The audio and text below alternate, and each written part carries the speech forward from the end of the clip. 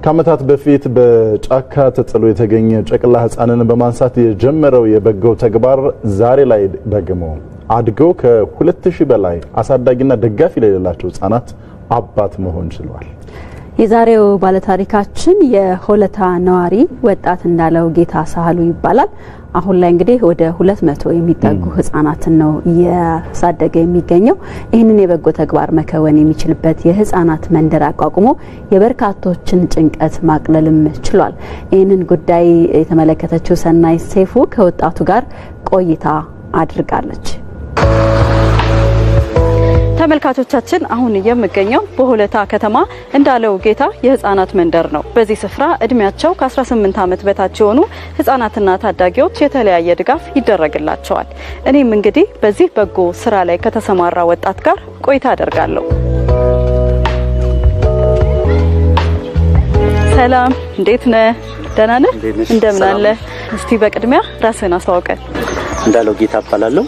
የእንዳለው ጌታ ህፃናት መንደር መስራች።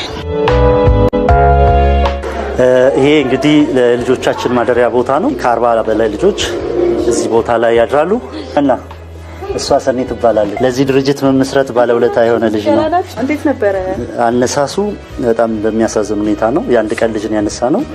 ቦታው ሱባ የሚባል ጫካ አካባቢ ነው። ተጥሏል፣ አንድ ልጅ ተጥሏል ጫካ ውስጥ።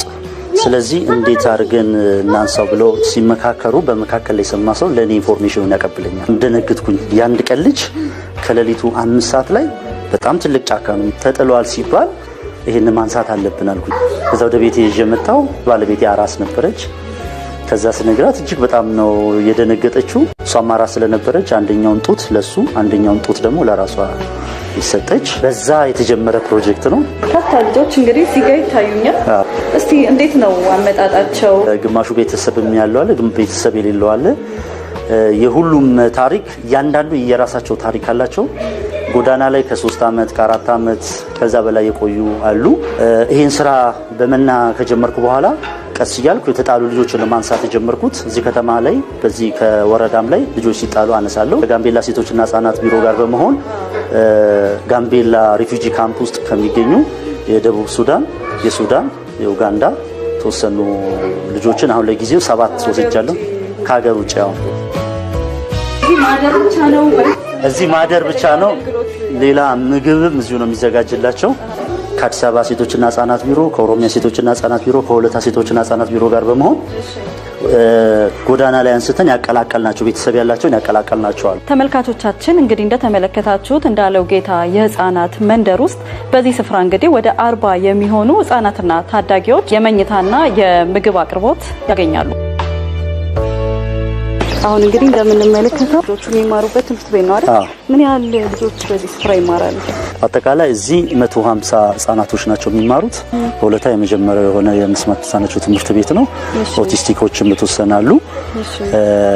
እነዚህ ልጆችን ሰብስበን እዚሁ ጠዋት ጀምሮ እዚህ ይመጣሉ፣ ይመገባሉ፣ ይማራሉ። እንደተመለከታችሁ እንዳለው ጌታ የህፃናት መንደር ትምህርት ቤት ውስጥ ተገኝተናል።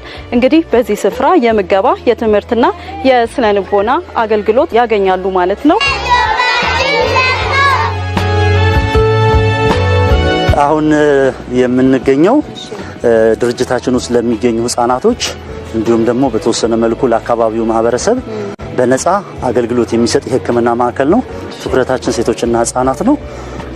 በዋናነት ለአካል ጉዳተኞች ቅድሚያ እንሰጣለን። እውነት ለመናገር የእንዳለው ጌታ ህፃናት መንደር በከተማችን ጉልህ ሚና እየተጫወተ ያለ ድርጅት ነው።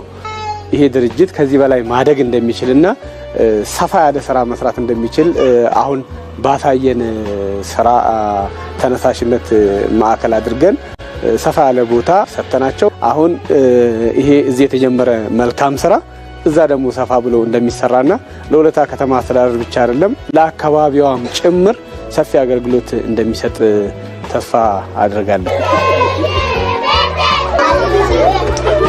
እንዴት ነው ምሳ? ቆንጆ ነው።